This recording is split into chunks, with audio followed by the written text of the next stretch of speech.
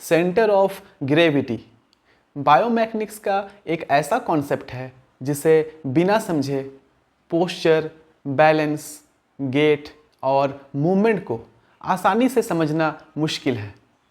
तो चलिए आज की इस वीडियो में हम सिंपल लैंग्वेज में ये समझते हैं कि सेंटर ऑफ ग्रेविटी होता क्या है। सेंटर ऑफ ग्रेविटी या COG वो इमेजिनरी पॉइंट है जहाँ किसी बॉडी या ऑब्जेक्ट का पूरा वेट कॉन्सेंट्रेट माना जाता है।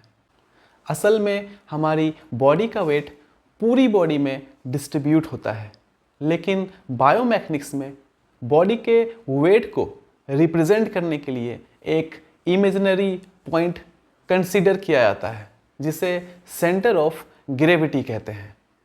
अब बात करते हैं कि सेंटर ऑफ ग्रेविटी किन चीज़ों पे डिपेंड करती है। ये किसी बॉडी या ऑब्जेक्ट की शेप, साइज, वेट डिस्ट्रीब्यूशन और बॉडी पोस्चर पे डिपेंड करती है। इनमें से अगर कोई भी चीज़ बदलती है तो सेंटर ऑफ ग्रेविटी की पोजीशन भी बदल जाती है। अब इसे एक एग्जाम्पल से समझते हैं। अगर कोई ऑब्जेक्ट बिल्कुल सिमेट्रिकल है, जैसे एक परफेक्ट क्यूब, बॉल या सिलेंडर, तो उसका सेंटर ऑफ ग्रेविटी यूजुअली उसके सेंटर पे होता है। लेकिन अगर कोई ऑब्जेक्ट असिमेट्रिकल हो या उसका वेट एक तरफ ज़्यादा डिस्ट्रीब्यूट हो तो उसका सेंटर ऑफ ग्रेविटी उसी तरफ शिफ्ट हो जाता है जिस तरफ वेट ज़्यादा होता है। अब सवाल आता है कि ह्यूमन बॉडी में सेंटर ऑफ ग्रेविटी कहाँ होता है। नॉर्मल एनाटॉमिकल स्टैंडिंग पोजीशन में एक एवरेज एडल्ट का सेंटर ऑफ ग्रेविटी लगभग सेकेंड सैक्रल वर्टिब्रा यानी S2 वर्टिब्रा के लेवल के आसपास होता है।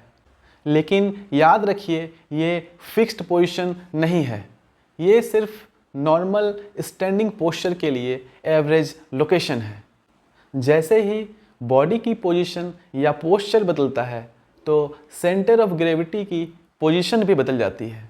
जैसे अगर आप दोनों हाथों को सर के ऊपर ले आते हो तो सेंटर ऑफ ग्रेविटी भी ऊपर की तरफ शिफ्ट हो जाता है। अगर आप सामने की तरफ झुकते हो तो सेंटर ऑफ ग्रेविटी भी आगे की तरफ मूव करता है।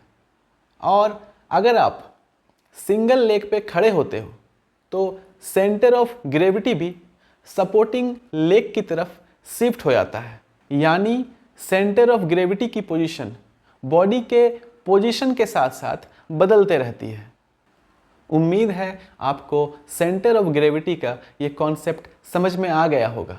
मिलते हैं नेक्स्ट वीडियो में बायोमैकेनिक्स के कुछ और इम्पोर्टेंट कॉन्सेप्ट के साथ। Thank you.